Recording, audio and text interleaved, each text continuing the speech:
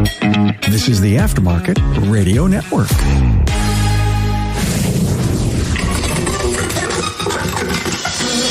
Derek Kaufman is constantly scanning future trends in vehicle design and aftermarket challenges, including how recent events in electric vehicles are affecting our near-term and longer-term futures. From the Aftermarket Radio Network, Carm Capriato here. Glad to have you by. This is your podcast resource, very committed to bringing the future and forward-looking information that you can use to inform and map your road ahead.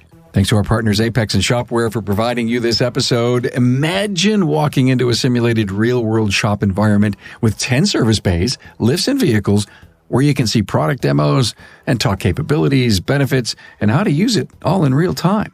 Well, welcome to Joe's Garage at Apex 2022, November 1st through the 3rd in Las Vegas. To register, visit aapexshow.com/register.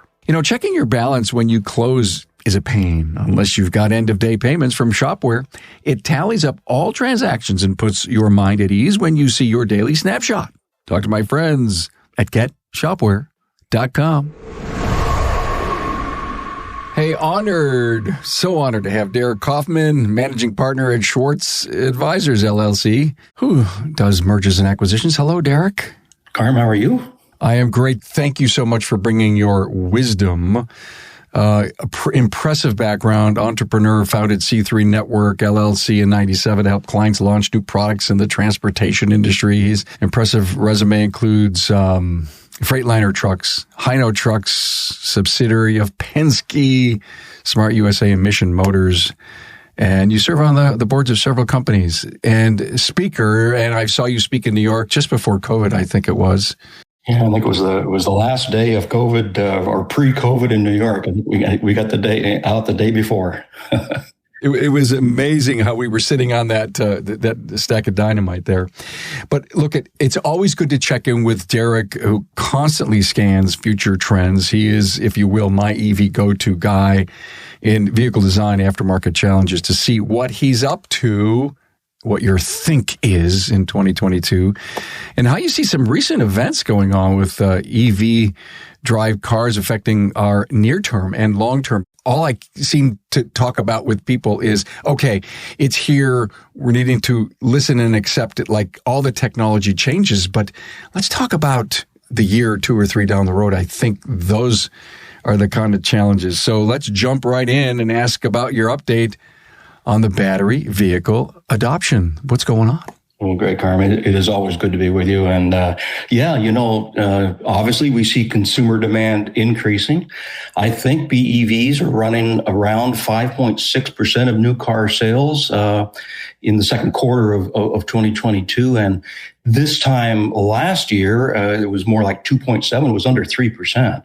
So, there's no doubt that all of the headlines and everything are driving demand for the vehicles.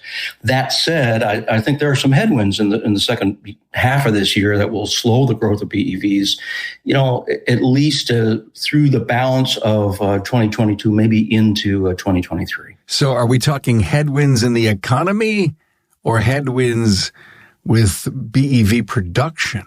I think the answer has to be both to that. I believe so, yeah. Yeah, so I had a laugh a couple of weeks ago when President Biden and Vice President Harris came out on the stage, and they both had great news for the American people. They said inflation is now 0%. And, President Biden said it first, and I thought, oh, okay, maybe, it's one of his teleprompter issues. Maybe he's, skipped a few words. But then Vice President Harris came to the podium right after him and said the exact same thing, that inflation is now 0%. And I'm kind of scratching my head. I said, no, inflation's like 8.5%. The growth of it might be 0% from month to month. Maybe it was a peak at 9.1, and it's down a little bit off that.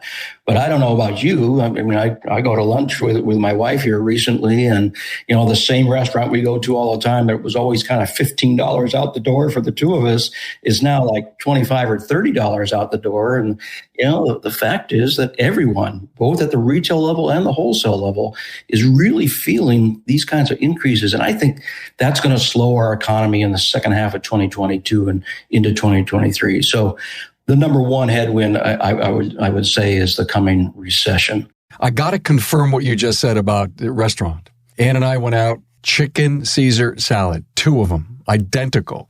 She had a glass of wine, I had a glass of beer, with tip $60. But, Derek, the service was fantastic. I've never had a chicken Caesar salad as good. It was the dressing, the chicken was right. And as much as I signed the bill and I put the tip on it, that included the tip, by the way, I was okay with it. I was still shocked about it. And, I do sit in some of these board meetings and just hear about the material cost increases the companies are suffering. So there's no doubt that's a headwind now. But I think when you think about BEVs, the number 2 thing that I would bring up would be just the price of battery materials and kind of the broken supply chain that we're dealing with right now. China controls 60 to 80% of the powders associated with battery anodes and cathodes. And they control a very high percentage of the lithium supply. We want less expensive cars, and I'll talk about that, I'm sure, you're coming up. But as we think about less expensive lithium iron phosphate batteries, well, China controls 100% of that supply. So as the OEMs try to ramp up these BEV production lines, they're beholden to the Chinese for the next several years. They cannot build their own supply chains outside of China's supply, that quickly. So that's a headwind. And then finally, there's a third headwind, and I think it's kind of the smoke in the mirrors of the Inflation Reduction Act that was just passed. I mean, if you read the details of what cars and what buyers actually qualify for the $7,500 tax credits there, I'd say that fully 80 to 90% of BEV cars for the next 2 to 3 years at least will not qualify for those credits. Question, does it take years to put up a lithium plant? I thought they may have discovered it, a big lithium bed in Nevada. Well, there's no doubt. You see people now, looking at lithium supply, getting their ducks in a row, and everybody's doing it. Everybody's trying to do it as close to the assembly plants as possible because you don't want to be shipping lithium batteries all over the world. So the supply chain from China in this case is not necessarily a good thing, but it's like you say, it's not an overnight situation. So if the battery is a large part of that vehicle and it doesn't come from the U.S., then that vehicle wouldn't qualify so many years down the road. Am I right? There's like 4 or 5 different things in this bill, traps you have to run through in order to qualify. So the first thing is that it only applies to BEV cars that are under $55,000. And that can sound reasonable, I guess, but when you consider that the average non-electric car in the United States right now is like $48,000, you can see that the vast majority of BEVs are going to be over and are over the $55,000 mark. And the number 2 thing is that it only applies to people who are making less than a certain amount of money. So if you're single, you have to make less than $155,000 a year, and married under $300,000. Now, okay, that sounds fine too, because most people are below those numbers. But if you are, chances are you can't afford a $48,000 car, depending on how far under it you are, let alone the most expensive BEV. The other thing you just mentioned is the content. Here's where I think that the congressional staffers are really kind of working overtime. So vehicle content restrictions apply. So if batteries are made in China or content like nickel is from Russia, the cars don't qualify. Well, China's CATL battery company is the largest in the world. They supply Tesla some of their batteries, and they supply virtually 100% of the LFP, the lithium iron phosphate batteries. Ford even announced they're going to use CATL batteries for their pickup. So those vehicles likely won't qualify because what they're calling for is 40% U.S. content by 2023. And then I read the bill, and I had to read this 2 or 3 times. It says 50% in 2024, 60% in 2025, 70% in 2026, on up to 80% of the car has to be U.S. content by 2027 to qualify. What car company in the world can change in 10% jumps year over year the content of their car? In 5 years, yeah. Yeah, I wish that the product designers and the supply chain specialists good luck in trying to do that. It's just it's kind of absolutely crazy, and it's a shame because you prop the American people up for the expectation of these credits, and then you pull the rug out from under them when they realize the details. Didn't you tell me the sticker on the car is going to wrap around it to show where all the content's coming from? They call the Monroney label, right? It's just the sticker on your car. I mean, just think about the amount of content that will have to let you know. So, it's problematic. We'll see how it unfolds. The government didn't, I guess, want to mandate a certain percentage of BEV cars, so they're using this incentive and fuel prices to incentivize us, and we'll see how it turns out. I have not personally read the proof of what I'm about ready to say next, but you probably sure know there's a $7,500 tax credit in this bill. I'd love to know, in your opinion, is it a tailwind or a headwind? But I heard that Ford and GM raised the prices on their cars when that was announced. Is that true?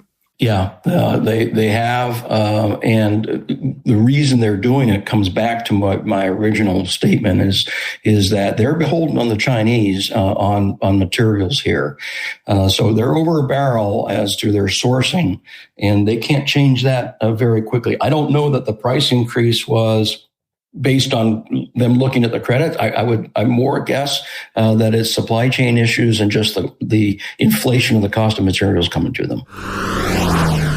Hey, Carm here. Now, when it comes to technical and management training, nothing beats the caliber of classes and expert trainers that Apex puts together for Repair Shop HQ. And that's because a panel of shop owners selects the best training that will drive your business forward.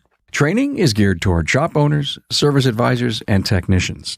Technical classes will include ADAS and calibrations, hybrid and electrical vehicle case studies, CAN bus diagnostics, electrical diagnosis, and using current probes to diagnose drivability dilemmas. On the management side, you'll learn marketing strategies that work, employee retention practices, building a culture that employees will embrace, and more. Expert trainers in this year's lineup include Mike Reynolds, John Thornton, Eric Ziegler, Greg Bunch, Bill Haas, and Kim and Brian Walker. Repair Shop HQ training will take place at Apex November 1st through the 3rd in Las Vegas. To learn more, go to aapexshow.com/training. Nothing tells a customer they need a new part faster than when they see a worn or broken one in their hands. Now, how do you do that in the digital age? Well, it's actually very easy. Thanks to DVX, you can send photos and videos within its messenger platform. It's like nothing else you've ever seen in an auto repair SMS before. Take the best of an Amazon-like experience and use it in your shop to show customers how great you are. DVX also makes it easy for customers to drop you a quick text or answer in the messenger bubble that arises from the repair order. It's like magic. Customers love seeing what they need to do and giving you a quick answer. You'll see your business's potential right in front of you. Your customers get on with their day, and you get back to the repair. Everybody wins. It's time. Take it from me. GetShopware.com. What other trends are you keeping an eye on? Yeah, beyond the BEVs, which obviously takes a lot of our time, one of the things we're really excited about is kind of a new emerging vehicle segment, we believe. And we're calling it the AVNEV because we love acronyms, but AVNEV simply stands for Autonomous Neighborhood Electric Vehicles. Now, these are package delivery pods. They're traveling in dedicated lanes in urban centers, probably less than 30 miles an hour. If you think about the e-commerce kind of explosion here over the last few years and everything being delivered to our homes, well, the increase in delivery vans has been really significant. So we simply have too many Amazon Prime and FedEx and UPS trucks, double parked in our cities now. So our thought is that this new vehicle segment comes up to replace some of those. You've seen the Neuro TV ads, delivering Domino's pizzas, right? So we're actually following about 30 companies that bring these kinds of vehicles, will bring these kinds of vehicles to the package delivery space. So you might know about GM's Bright Drop. That is a new division of GM.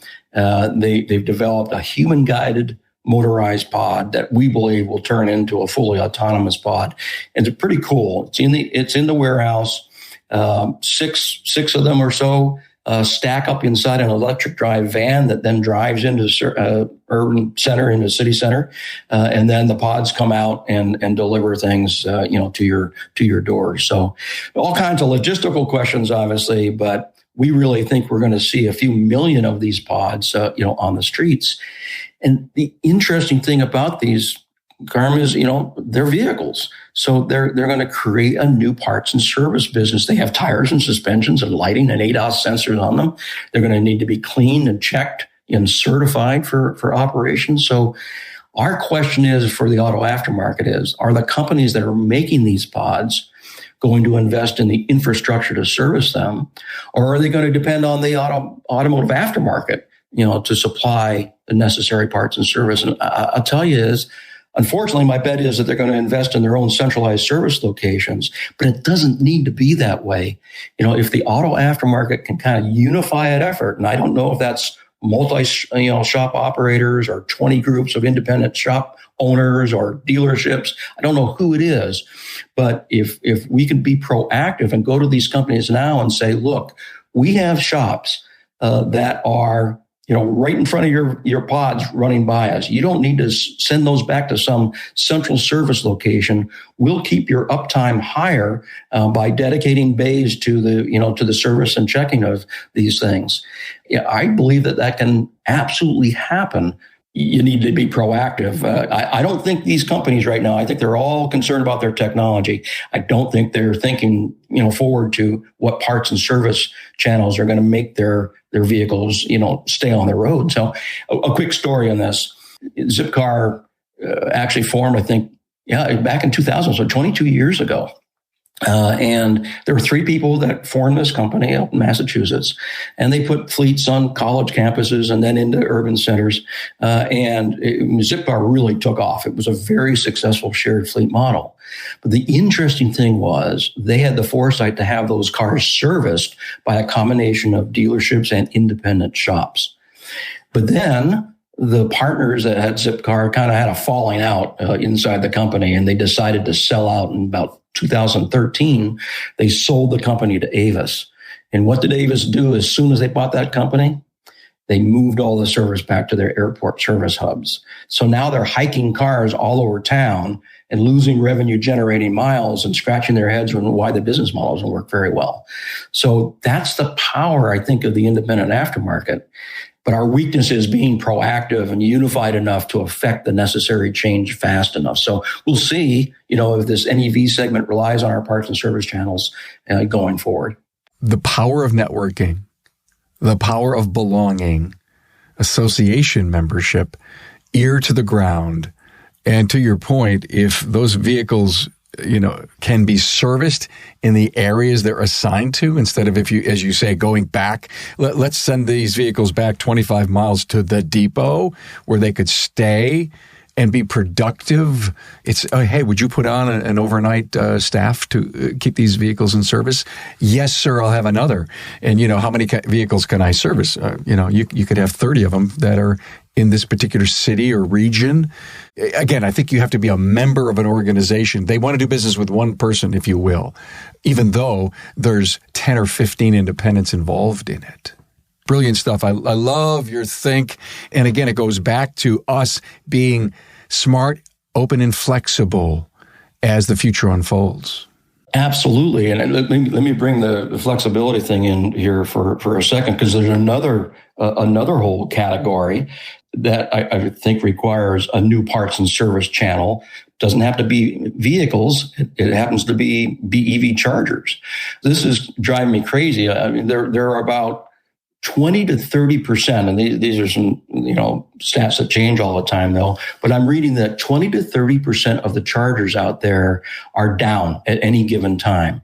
And if you've depleted your BEV to, 5 or 10% of its battery capacity, and you're kind of now in desperate need of a charge to continue your journey, and you get up to that charger and it isn't working, that's the definition of a bad day. So I think we've got something like 122,000 is the number that sticks in my head. Number of ports, charging ports out there, and a charger can have more than one port. And the federal government is putting in $5 billion to bring that up to 500,000 chargers. But if we're going to hit the EV numbers that we're talking about, we need kind of 2 million chargers out there. What I'm concerned about is who is going to service those. So ChargePoint is the largest installer right now. And they've stated that you can read about this on the internet that the municipalities and the commercial charger locations will buy these things with availability guarantees. So they'll have service contracts on them. In fact, ChargePoint, I think, expects to make as much on service contracts as they do actually selling chargers themselves. They have a program called Assure that keeps those chargers running. But I believe what they're doing is they're signing up or kind of deputizing electricians because they see their chargers as part of the electrical grid. At Schwartz Advisors, we see those chargers as part of the auto aftermarket. They're connected to our cars, and the auto aftermarket has a parts and service, channel system that is perfect for servicing those chargers. So my point is, we are the people that ought to be out, servicing charge points, chargers, and everyone else. So just like the NEV pods, I think the automotive aftermarket parts and service community ought to be negotiating right now with charger suppliers to keep their equipment up and running. Think about it this way. If you have a shop with a charger out front, or a dealership, say, and that charger is down, whose reputation takes a hit when a car comes up and it doesn't work? It's not the charger company necessarily. It's your establishment that takes the hit. So it's kind of in your best interest, to keep them up and running. Derek, you don't envision that our typical gas station today would have a row of EV chargers? I asked that question and I almost have my own answer. And my own answer is they're not in the right place where I'm going to leave my car for a while. So what do you envision? Seeing parking lots of businesses and of malls, as an example, would have these stations? This is a whole other podcast that you and I can do because this is a big topic. People like RideCell, Cox Automotive invested in RideCell, and there's another company called Vulog in Toronto. These are the companies that do the software behind the mobility of shared vehicles, of e-bikes, and all these things. And what they're talking about for the future is that gas stations I think by the Auto Care Association's count, there's something like 107,000 gas stations is the number that sticks in my head. But what they're saying is these things in the future become mobility hubs. So you have fueling for internal combustion engines. You have super fast charging. And we're not talking about a car sitting for hours. We're talking about a car sitting for 10 minutes to 15 minutes to do a fast charge. You might have battery swapping. There are several companies talking about a 3-minute swap of a battery in a vehicle as the solution. NIO in China has almost 1,000 swapping stations running. They do 312 swaps a day per station. Gas stations are going to go through a transformation, and you're right. It's all about location on where those mobility hubs ought to be. So some stations will probably disappear, but others are going to thrive and expand. So I think that's an interesting thing to watch. And like I say, that's a whole other podcast. No matter how you think about it, when you plug in at a charging station, you got to swipe your credit card. No matter what the cost per mile electrically is, I imagine if you take in and out a battery, you're talking cores, labor. I mean, man, it's got to cost a little bit of money. So NIO has this. CATL is looking at it. A company in California called Ample has a battery swapping technology. And their thesis is this: you don't buy the battery in the car. You buy the car and you either subscribe to the battery or you pay on it per swap. The idea is that you have a lower entry into the purchase of the car itself. You're only paying for battery as you drive the miles on the car. And when you go to trade that car in, the battery that comes with the car for the second owner is a brand new battery, because it's always a brand new battery. And the really interesting thing is that the battery form factor is a rectangular brick. So it's the same from car to car. So if you can imagine, these cars come into the battery swap station that has dozens of these batteries stacked up and are charging. A robot comes underneath your car, pulls the battery out of it, puts a new battery in, you're out of the station like a car wash in 3 minutes. In the 900 to 1,000 swap stations in China operating, they want to have 1,000 in Europe operating by 2025. And believe it or not, this is Shell Oil is supporting the installation of the swap stations in Europe. So go figure. I find it fascinating to see some Buck Rogers stuff going on here. And then I think about your phone rings and it says, we've lost connectivity to your battery. And so you have to re-sign onto your app and reset your password. You pull the plug out and you plug your car back in. Oh my God. All right. So let's talk about the ramp up of EV cars. I know you keep running a forecast on how battery electric vehicles are entering the market. And I know you look out a whole bunch of years. What does your latest forecast say? We're at 5.6% of sales right now, coming through the half point of the year, but we think that that's going to slack off a little bit because of these headwinds in the second half. So we think we're going to be around 5% share, but we believe that grows to about 20% of new car sales in 2030 and 35% in 2035. And then by 2050, we're up to about 50%. Now, that's the Schwartz Advisors forecast. I'll tell you that there are others out there that are way more bullish than that. They have them, ramping much quicker. We see a lot of new BEV models for sure. I'm probably most excited about what I see Hyundai and Kia doing in electric drive. If you take a look at the Hyundai Ioniq and the Kia EV5 and 6, they're going to give Tesla a run for the money. In fact, in my opinion, they're making Tesla cars look a little dated now in their styling. So the Korean brands are going to come on strong here.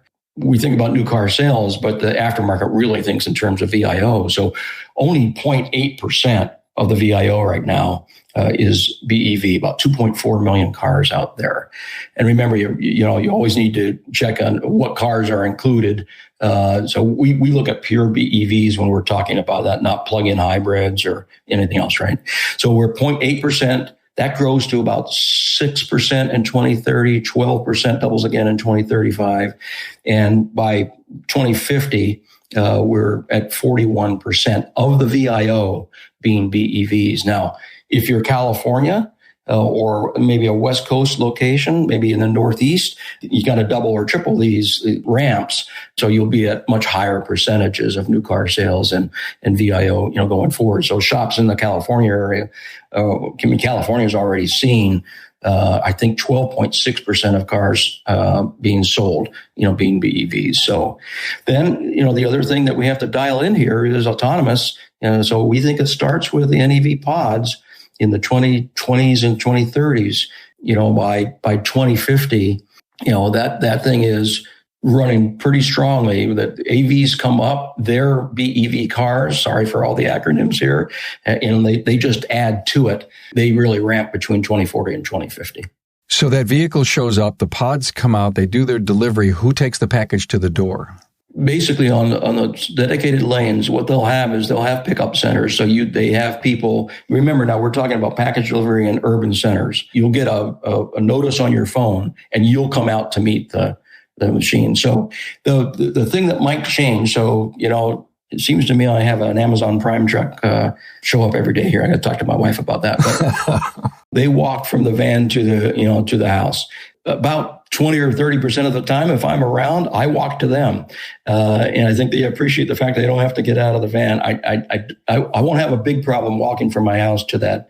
And some of these NEVs are really interesting because they have accordion sliders that slide horizontally and vertically. So they only open the niche that is your package. It's very, very interesting to watch. I'd love to see the technology behind that. Well, let's go back to this whole thing that we seem to have all earned our living on, and that is the internal combustion engine.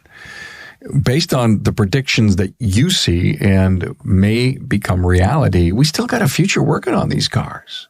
I absolutely think so. It's going to be tough. Don't get me wrong. I see what's happening in Europe. You do too. They're talking about eliminating ICE sales by 2035 and actually taking ICE cars off the road by 2040. But I also see Germany having brownouts now, and the natural gas situation in Europe is, with the jeopardy of in Russia continues in its invasion of Ukraine. So I think things are a mess right now. And I understand that federal governments can mandate things. And I fully expect the U.S. government to push gas prices beyond the $5 and $6 rate to incentivize people. But I know there's engine development going on. I know like Skyactiv X and these types of engines are super clean. I know mild hybrid cars are coming. So we just believe that there's a mix of BEVs and ICE going forward. And we get all the way to 2050. VIO is about 50-50 ICE to BEVs. So plenty of things to service. How will it pan out? Take a look at what's going to happen now in the midterm elections. I mean, if the Democrats hold both houses, I think we're going to see gas go down before this, price go down. And if they hold both houses, I think it goes right back up, because I believe that the main incentive to go to BEVs from the U.S. government in this administration is gas prices, not credits. If the Republicans flip the House, at least the House, I'd say that we're going to see a more moderate look. But yeah, engines and BEVs are going to coexist, and the diesel pickup truck in the middle of Texas will never die. Here I'm listening to you. And I wrote down the words cash for clunkers. I lived through that. You did too. There's a whole bunch of young people that didn't, maybe don't even know what it is. But the government stepped up and says, listen, you give me your tired and your poor. I want you to get something newer and different. You talk about pressures on economy, inflation, deficit. It's almost like, in my opinion, the government has taken this wet rag and wrung it a little bit, okay? Not the whole way. And is setting the tone. Just let us have normal lives, build a great economy, keep everyone gainfully employed while we move toward wherever we're going. Let nature find a way. We can absolutely move in the right direction here, bring, increase new gen nuclear as a power supply, and kind of take the politics out of the climate situation, and agree that yes, the climate needs to be protected, and we need to do things here, but do it in a stair-step fashion. It would be much better. I'll tell you what, I was at Penske Automotive with the smart car when cash for the clunkers came through. It absolutely broke my heart to see perfectly serviceable cars that were affordable for a lot of people, lower income people in this country, be taken off the road. I can't remember, it was 600,000 or 900,000. Between those two numbers were taken off the road at some $3 billion cost to taxpayers. And all it did was deprive people of highly serviceable cars. We had to take those cars in and brick the engines, make sure they could not run. And it was the stupidest thing I think I've seen in my working career. And the reason was so we could be seen taking gas guzzlers off the road. And all we did was hurt the lower and the middle class. Romance me into wanting to get an EV. Don't tell me and force me and raise my prices and make it all so difficult, but romance me. And I'm not saying that there's an incentive to buy, but when it's ready, when we're really ready, then romance me. Put the technology and the styling and all that stuff in it so that I'd want my next purchase at whatever date down the road. I will highly consider an EV if I think it's right for me. Don't push me. There's actually a lot to love with an electric drive car. It frees the designers of where things are placed in the vehicle. You don't have a drive shaft. You don't have a gas line, coming from a tank.